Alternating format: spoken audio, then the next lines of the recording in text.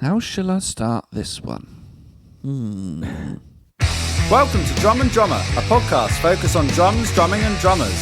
I'm George Pickering and that's Ben Winty, and we are both professional drummers in this business we call music. So stick around and join us as we pass the time whilst trying to stay in time. Hey, you know, you're like, that's definitely a human. Hey, that's you not a cat. guys. The first thing I want to talk about is Switzerland. Straight in. Where do I begin? Well, Let's begin at the start. Let's begin at the start. Welcome to Drum and Drummer. Okay, that's how you're starting instead. Yeah, I'm gonna do Start that. it again. Yeah, well, just Yeah. free balling. I'm free balling. Yeah. Welcome to Drum and Drummer. Yeah. It's another Thursday. It's me and George, and we're just going to chat about shit for approximately 30 minutes. And we're going to start with, you had a little gig in Switzerland, boy. International gig in Switzerland. superstar traveller. Well, it was funny because it did feel like you sort of getting taken around Switzerland, and I didn't have any clue. All I knew was I booked a flight to Switzerland and a flight back from Switzerland 2 days later, and there was a gig on the Friday. Beyond that, I didn't really know what was going to happen at all. You know, so let's discuss it. So get the flight on Thursday. Where from? Flight's fine. Gatwick. Yep. South? Yep. Yeah. What do you mean? Well, there's two terminals, isn't it? Yeah. No, north. Yeah, I Oh, it thought was you meant north. is Gatwick in the south. Yeah. No, I know where Gatwick is, north mate. seems to be all the European ones. So if you go to France or anywhere like that, it's always north. Yeah. But yeah, get to Switzerland. It takes a while to get through passport control. Yeah, go on. I'm Go going on. to throw questions at you. Yeah, love it. Like a darts player. I was just thinking of something that throws. Darts players throw regularly. Yeah. Did you drive to the airport? No, got the train. You got the train, and it pretty straightforward from Brighton up there, isn't it? Just up that. Half an hour. The There's green, one every that sort of 10 green minutes, nether basically. region of the UK. Yeah, Brighton the and Gatwick Hawley vibe. Yeah. Haywards Heath. Everything begins with an H. Hatwick Yeah. Airport. Yeah. Yeah. Highton. Yeah. Heston Park. So yes, I got the train. Lovely. What time because was all I your had to flight? take was sticks. 6 PM. PM. I think it was about then. Yeah, sure. Yeah, PM. It was in the evening. But I get there. I was on my own. And passport control took a while. They were really grilling everyone on why they were coming in. And a woman in front of me said, "Oh, I'm visiting a mate." And even that didn't seem like enough for the guy. And I went, "Well, let's not say I'm doing a gig." Because he might be like, "What? Are you doing a what?" You know. Yeah, and So he'll I be just like, went, let's talk tax. And you go, don't worry about that, son. No one knows how it works. And I learned so much about Switzerland and have learned... excuse me. If there's any Swiss people listening, I do apologise, but I never, ever want to live there because it's bordering on... Not to get political, but it's bordering on South Korea kind of vibes of... No, North Korea. That's the bad one. Yeah, the bad one. Just unbelievable tax and everyone's in debt. And I don't know. I'll get to that because there's a lot of interesting topics. Anyway, I said to the guy, "Oh, I'm meeting a friend." He was like, "What's her address?" I was like, "I don't know. I barely know her, to be honest." I didn't say this, but I said, "Oh, but she's just around there." But that was kind of weird in itself because, I got through passport control. He went with the friend thing. And then, I met Aura and her partner Pascal, but realised I'd only really met them. Well, I'd only met them once, and that was in London a few months ago. But I don't know them that well. And suddenly I get in their car and they say, "Oh, by the way, we live in the middle of nowhere." And I sort of joked and said, "If you wanted to murder me..." Yeah. Well, this is it. Yeah. The What middle of Switzerland nowhere ever done? of Switzerland. Hey? What? What have Switzerland ever done? Do you know what I mean? Ah. Oh, no, Exactly. you fight the wars. We'll chill out. Exactly. Very placid country. Have you seen the film Taken? No. I know of it. Haven't. I know that classic scene. Just imagine that, just that situation where, you've gone to a foreign European land and someone offers you to get in their car. Before you know it, Liam Neeson's on his way. Yeah, exactly. Yeah. I mean, they even said, we're going to make you a nice Swiss delicacy, some dish. I went, well, that's going to be poisoned, Is it me? Am I Are the you dish? going to cook me? Yeah. Yeah, exactly. So anyway, we get to their place and it is in the middle of nowhere. Like, you're driving and then after a while, there just stops being street lights and then it's just dark. And then you get to a town that is just dark. There's no lights anywhere. They pull up to this big wooden hut type thing and they're like, we're here. I was like, oh, wow, this is it, Lovely house, And no. Lovely, dangerous cabin in the woods. It was literally a cabin in the woods. But no, amazing modern house when you go in, like one of those, I don't know, like everything to open it, you just kind of hover your hand over and then the fridge opens and it just secret hidden. You'd have loved it. It was like a bat cave, it was just all hidden pantries and shit. So anyway, they made me this Swiss dish, which was basically like a Swiss spag bowl. So it was pasta, some mince cooked in some sort of sauce, not tomato sauce, more like a broth. But then you have it with apple sauce. So that he put it out like a bowl of pasta, bowl of mince or like a pan of mince, and then like this tin of apple sauce. And I was thinking, well, if I'm here, I've got to go all in with anything they offer me, Not anything, but, if he puts apple sauce on his spag bowl. Have you met my husband Pascal? No. So I put it on. Delicious. I don't know why it worked, but it did. But anyway, they said, right, tomorrow we got to wake up. We got to leave at 8 a.m. to get to the rehearsal. And I was eating this applesauce spag bowl at about 1 a.m. going, it's going to be a long weekend, Or wasn't even, Thursday till Saturday or whatever.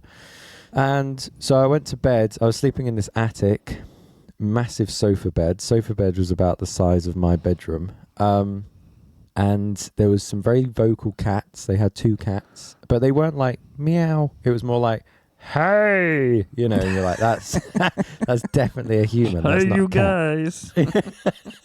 Who's this guy? Literally, he's not from around here. No, that's not a cat. That's definitely not a cat. Can you remember the cats' names?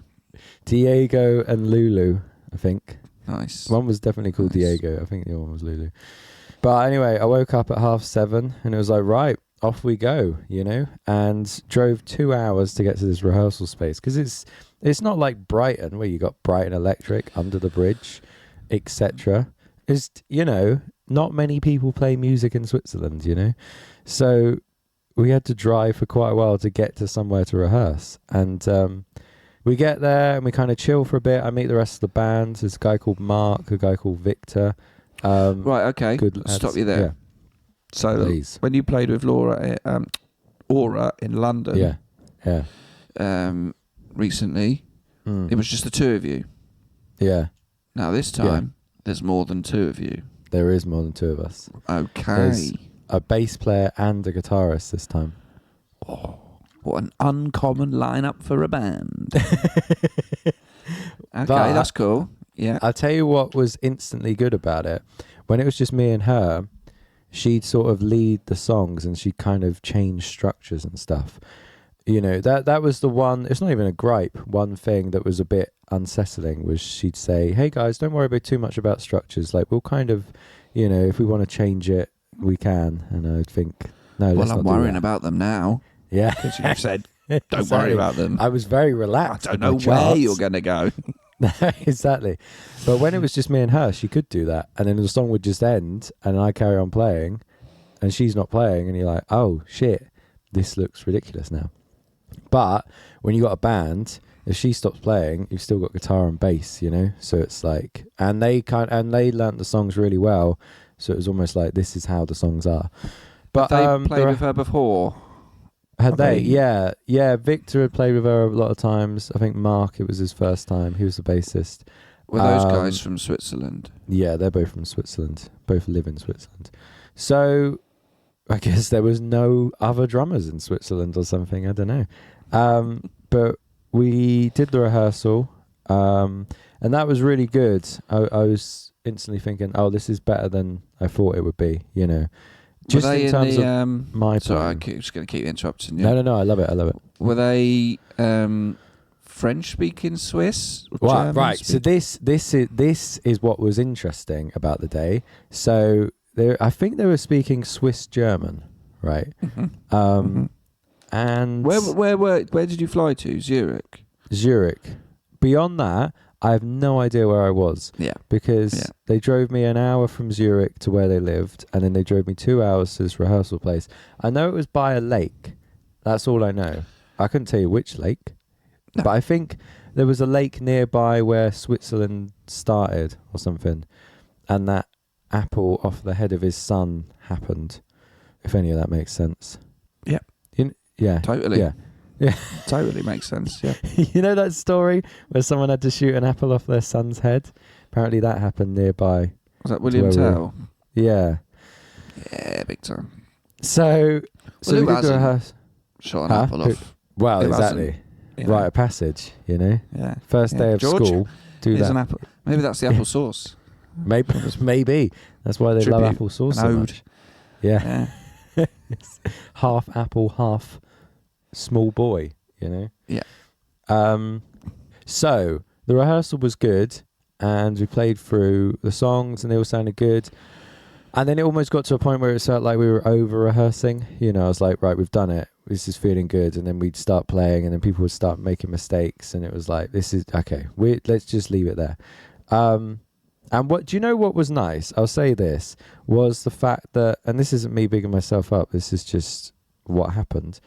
I didn't speak the language they were speaking, and they'd speak in English every now and then for me. They'd speak English, but most of the time they were speaking Swiss German, you know? So I was sort of just trying to just sit there and be like, okay, I guess I'll play a song soon once they finish talking. But musically, you know, so point being, they all live in Switzerland. I'm the one that's come over. But when it came to the music, I was immediately in control. Do you know what I mean? It felt like that. It felt like, right, this is what we're doing. This is this bar. This is, the chorus has to be this long. You have to do this, you know. And I just felt like this is quite a cool thing, you know, like I don't know what they're talking about. I don't know where I am in the world right now at all. I don't know where the gig is later. I don't know when I'm going to eat. I haven't really eaten. But when it comes to this, I'm sort of, I know exactly what I'm doing. I don't know. It's just interesting, isn't it? You know, everything else can be like, I have no control. But when it comes to put me in a band setting, you know, and suddenly I'm like, it doesn't matter that, you know, we're not even really speaking the same language. When it comes to, let's play this song, it's like, right, know exactly what I'm doing. So it was weird. It was almost like the music was the only thing that was like grounded. So we did the rehearsal, and then I could see a lake from the rehearsal space, and I was quite eager to explore. I said, oh, can we go down there? You know, like a little kid. And they said, yeah. Like, so we had some time, and we went to some little Swiss town, got some pastries, went around the lake, and then we went to the gig. The gig wasn't what I thought it would be, you know. Okay, what did you think it would be? Well, when I heard the word festival, I thought it would be a festival outdoors, but it wasn't. It was indoors. Okay. Which was fine, you know. It was kind of just like this Swiss town hall kind of vibe. But we did the sound check, and yeah, sound check was good. So Pascal. What sort of time are we at now in the day? What sort of time are we at? I don't know, because we got there at 5, and they said, "Oh, guys, it's running late." You know, I was like, "Yeah, it's a gig. It's a gig that isn't, you know, high level. It's going to be running late." Yeah, to put it bluntly. So we did the sound check after another band had sound checked. There was this guy that came up to me. He looked cool, but kind of like annoyingly cool. I don't know. He had like cool hair, dressed all in black, probably like my age or something. Some tattoos. He was wearing like snake boots, and he came up to me while we were sound checking. I was like, "Hey man, it's all right." He said something to Victor, and I didn't know what he'd said. I was like, "Victor, what did he just say?" Because he was looking at me. And he basically said, "Is it all right if I have a jam with you guys, just to kind of get some nerves out because I'm on first?" And Victor was like, I assume that's okay. Like, Victor was very, like, nice to everyone. And I was like, no, it is not okay. This is our sound check, you know? Basically, my therapist says I should be more assertive with people, so I started it with that guy. But there was a lot of those kind of guys who, I don't know how to explain it, but really dress to look like rock stars. And I don't think it's as much of a thing in England. Maybe it is, but I think in Switzerland, it's weird. It's like in those European countries, they're like obsessed with like Led Zeppelin and Pink Floyd and Deep Purple and all these bands from the 60s and 70s. And it's almost like they want to get the image right. So like all the bands that were there, like really dressed up. And then there's just me just wearing black jeans and a black shirt. And I think it's, I don't know if it's more of a big deal. Like, oh, there's a gig. My God, there's never gigs in Switzerland. We have to dress up well. We have to do this. And yeah, maybe you're just more used to it living in England. Like, right, I'll just dress black, you know, and this will be good. I don't know. But the gig was fun. I'll tell you the funniest thing was she did the whole gig in Swiss German. So she spoke or German or Swiss or could have been French. I have no idea. Could have been Afrikaans, you know. I have no idea what language she was speaking in. But she'd introduce a song and then look around at me as if to be like, well, go on then. Start it. I was like, I don't know what you'd said, you know. She'd say a lot of stuff and then she'd say the name of the song. So like, you know, she'd be like blah blah blah blah blah blah blah blah, Unbroken, blah blah blah blah, and then she looked around at me as if to be like, I've said the name, why don't you start? And I was like, because I didn't know a word of what you were saying. So that was a really weird thing. So you play a song and then just hear her speaking a different language for couple of minutes and going, I wonder what she's saying, you know. But the gig was good. She keeps pointing at me and laughing and yeah, exactly. I wonder what she said. Probably all good. Probably a compliment. Yeah, exactly.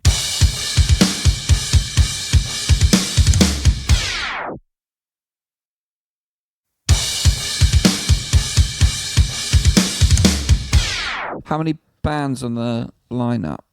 I think 3, I want to say. Okay. It was just like Friday, so it was like the evening festival, if that makes sense. And I think Saturday was it going on all weekend? Yeah. So it's Saturday and Sunday. It was like people all day. Okay. But where were you in the running order? We were on last, so we were on 10 till 11, I want to say. Okay. But even yeah, go on. No, I think you've answered my question there. But no, even that in itself, I'll say, I knew that we were on at 10 that night, and I was thinking it's going to be a long day. Also, it's an hour ahead, so you feel like you lose an hour's sleep as well, and it's going to be a long old day. But when I finished the gig, I was like, cool, I've just played a gig in Switzerland. Do you know what I mean? It was sort of like, you know, there you go, tick. I don't know what they're talking about, but I've done it. No, exactly that. And then we drove back to theirs, had a lot of Swiss cheese because I don't really eat before gigs and I don't really eat them. And then I said, what time we got to get to the airport tomorrow? Because my flight was like 10:30. They were like, oh, we'll drop you about 8 because the guy was like, I've got to go to work. I'm sound checking a band at a festival. Maybe the same vibe, maybe in a town hall. I don't know. I was like, okay, so picking up their next victim. Yeah, that's it. But I was like, right, up at 6 then, and I got to bed at, I don't know, 1:30, 2, and I was like, here we go.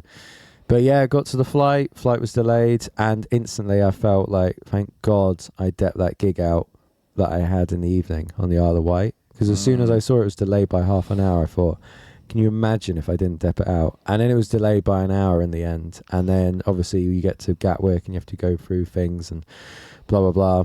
I can't remember when I got back to Brighton. I want to say like 1 or something, but just so happy that I depped the gig out. I mean, it wouldn't have been possible, you know. And I was fucked. I was so tired. I was like getting the train back, and then because the new place I'm living is further from the train station, I was walking back like, not to be dramatic, but I was thinking, I don't know if I can actually make the walk back to my house because I'm so tired. But yeah, it was a good weekend, but it was funny. It wasn't like a holiday. It was work, you know. It was like, right, up, rehearsal, do the gig, you know. But there were little moments within it where it was like, this is nice. This is a cool country. You know, it was like, it was so remote. I've never seen so many stars. You're like, oh, wow, there's a lot of stars, you know. And I'll end with this, just conversations on Switzerland and the economic climate and stuff. I walked around, I said, it is so clean here. I haven't seen any rubbish anywhere. And they sort of said, well, for the amount we pay in taxes, like it should be clean, you know. And I said, I've also not seen any homeless people or anyone asking for money or anything like that. And they said, oh, yeah, no, you can't be homeless here. It's highly illegal. And I went, what? And they're like, yeah, you'll just get put in prison. If you even ask someone for money, like you know, and the police see you, you will get arrested. I was like, Jesus. And they were saying, you should go to Brighton, meet the wig man. Yeah. It's mental. Honestly, it's you get back to Brighton, here. you're like, this place is so dirty, you know? But it was interesting. I was trying to work out which is better because, you know, they have to pay for health insurance. I said, well, what if you don't want to? They're like, no, you have to, you know, like all these different laws and all these things you have to pay for, you know, and tax keeps going up. And they were like, everyone here is in debt. Like even the rich people are in debt. You don't own a house unless, you know, your family's passed it down to you because it doesn't make sense to own. So everyone rents and everyone's paying off their car or their whatever, you know, no one really owns anything. And it seems like they're rich, but they're not. And she was just like, everyone's in debt. And I kind of said, will it get to the point where you'll just have to leave? You know, if things keep going up and the salary doesn't go up. She was like, we can't, because you can't leave the country until you've paid your debt. And she was saying, if you get put in prison, then you'll leave. And when you leave prison, you can't get a job. You'll never be allowed to work and you'll never be allowed to have somewhere to live. And I was like, well, surely at that point you then get out of the country. And she said, well, you can't because you'll be in debt from the payments you have to pay for being in prison. I was like, this is fucking mental. So obviously there are nice parts about it, you know, the fact that it is clean and everything's efficient and blah blah blah. Swings and roundabouts, isn't it? But it is, Swings yeah. and But it is, yeah. So I don't know. I'm sure a lot of people like living there, but I don't know. Don't know if it's for me. What else should we discuss on the tail end of the podcast? Well, that's, you know, just to round that up, mate. I mean, that's great. Yeah. Did a gig abroad, man? That's great. Yeah. What was the because you just took sticks. Yeah. What was the gear situation? Oh yeah. So the rehearsal, mental kit. I put it on my Instagram. Pearl Masters Studio kit with 5 toms, and they were all. This was interesting. They were all tuned. I don't know if this was done deliberately, to the splash cymbals, like the top 3 toms. So it was like do do do, you know, and then the splash were like, you know. It's like, wow, it's like the same. And the guy did say that, like, don't adjust anything on this kit, you know. And thankfully it was all sort of okay. But then the gig, same sort of vibe. I think it was again a Pearl Studio kit. Did the job, you know. 2 toms, but I didn't use the right one. I actually used that for my iPad, you know. Just put the iPad on the second tom because I didn't have my stand. But yeah, no, it was a good kit, and it was a nice room, you know, very reverby. And I was sort of conscious of it in sound check. I was sort of hitting it and going, this is loud. And even Aura turned around to me and was like, that's loud. But then the sound guy came up to me, he was like, mate, when you play the gig, don't worry about hitting it. Like, he was like, really give it some on the kick and snare because I've gated it all and it's all good. Just whack it. It's like, cool, let's do it. He was like, give me some rim shots. I was like, yeah, okay, you got it. Yeah, just a bit. A bit. Okay. Yeah. Is there anything, you know, if you do a similar thing, is there anything you've learnt? Yep. Is there anything like? Yep. Oh, yep. I wouldn't. Yep. Money. So this is interesting, and I hope she doesn't listen to this, but this is something I spoke to Johnny Brister about. So when the gig came in, or the offer of it, I really wanted to, because I was originally going to something in London on the Thursday night, and I had the gig on Saturday on the Isle of Wight on the Saturday night, and then it actually turned out Jordan offered me a gig on the Thursday night. So the way it could have been is I could have done a gig on the Thursday night, done Switzerland on the Friday. It would have been mental, and then done another function on the Saturday and then made however much money.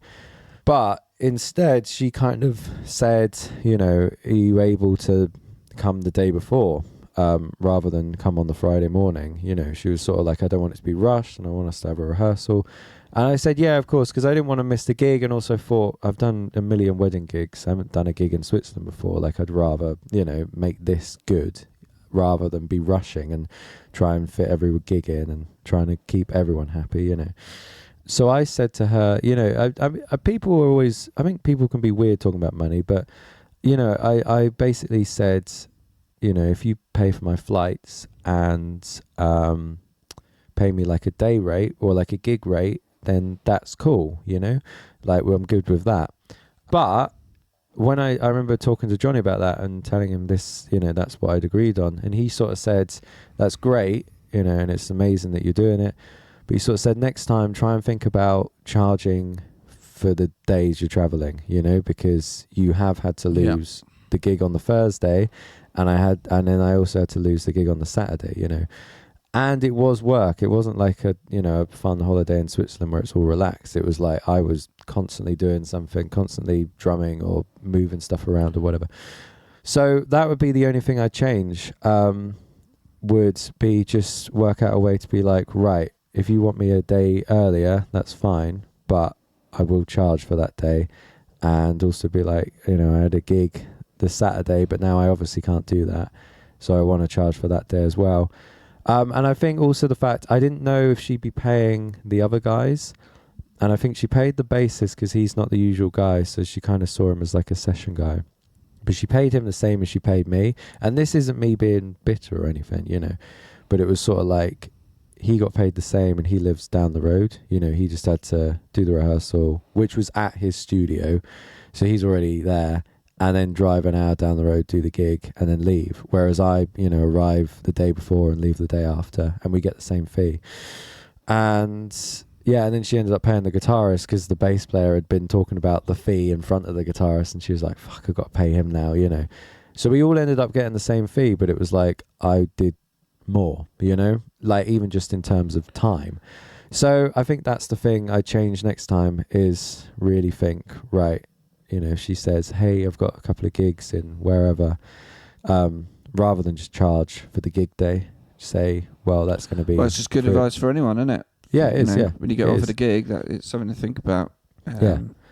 You know... Because to be... And weighing up money versus opportunity, fun versus money. The scales of being a musician are constantly need balancing. Exactly. And I got to a point with...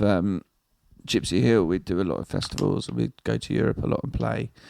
And then it got to the point when there was an overlap between doing Gypsy Hill and starting doing functions in over here. And it was getting to the point where I was like, I can go and have a lovely 2-day trip to France with Gypsy Hill, have a great laugh, play a cool festival, and come back with €100 in my pocket. Yeah. Or I can go to Winchester and do a wedding for 200. Yeah. And be back the same night. Yeah. You know? And then it just reached a point where I was like, I need to earn the money. Yeah. So then I sort of bowed out of Gypsy Hill and do that. But I'm glad I got to do it. It's worth doing though. I think, you know, the fact you got paid, I'm not diminishing your analysis of the financial situation because it's very valid. But to get paid to fly to Switzerland, play a gig, was great. No, it was cool, and I didn't spend any money when I was out there. You know, I kept offering like, "Oh, I'll get this," and they're like, "No, you've come here. Like, you know, we'll pay for this. We'll get the applesauce." Yeah, exactly, big time. But that's the only thing. It is, but it's exactly that. You know, it's like if I had said no to Switzerland and then done, you know, 3 function gigs Thursday, Friday, Saturday, I'd have made more money, but I wouldn't have had any memories from it. Do you know what I mean? Sure. Whereas if you go to Switzerland and, you know, it's sort of like, and it's experience, and it's playing original music, and it's, you know, it's what I want to be doing. It's what we always say. It's like functions are great, but it's like there's a cap to it, and it's not the real thing, you know. So that was that. And then, right. So, you know, you hope that she gets you on another one. You know. Well, this is it. I did mention that's what I mean. It's like, you know, career progression, isn't it? And building networking and all that sort of stuff. And functions are great, but this is a different ball game. So it is. That's cool. I'll end with this though. Funniest thing. So Wildwood Sky obviously had that gig on Saturday, and it sounds like it was the worst gig they've ever done. And I thought, my God, I mean, the whole time we've been talking now, the WhatsApp group has just been going off with the band telling Ox all the different things that happened, you know. Give me a couple of examples. Well, let's have a look. So, I mean, one, apparently this is live. They played on Theo's kit. So Theo was the drumming dep. I got to do the gig, recommended by Connor Griffiths, and he was like, "How was the gig?" Ox said, "How was the gig?" And Lennon said it was a nightmare, and he said, "Yeah, venue staff were a bit shit along with the guests, but the guests started playing Theo's kit in the break. They messed around with Ben's iPad, which took the mixer back to factory settings." Then just generally being dicks, knocking mic stands, etc. But then it gets more mental. No free soft drinks. Ben got charged £3 for soda water. And then incredibly, they said they ran out of tap water towards the end of the night. And then what else happens? I mean, Ox was like, I don't even think no tap water is legal, you know. And then someone said something about the venue, and Lucy put venue in inverted commas, is generous. It was just a ruin. Only 2 rooms had a roof. And the wedding planner got shitty because she wanted to bring forward the cake cutting and first dance despite us getting in the room 15 minutes late. And then I said, I always plan the gigs that I want to dep well, you know. Always seems to be gigs I'm not on that. And then Lennon put, they'd have paid no attention to your little protective drum sheet. So, looks like I missed the mad one. Just about to say, you know, I'll say this, and I don't know Theo. I'm sure he's a top bloke.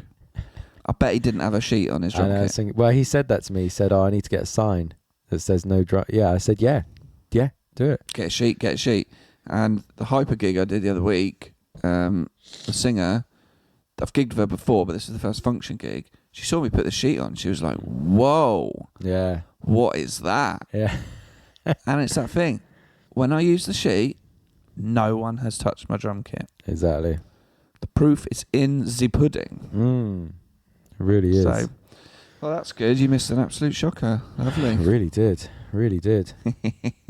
So, yeah. Yeah. Glad about it. Great. Well, let's... it's been a Swiss-heavy episode. But that is fine because you went to Switzerland. Yes. Should we?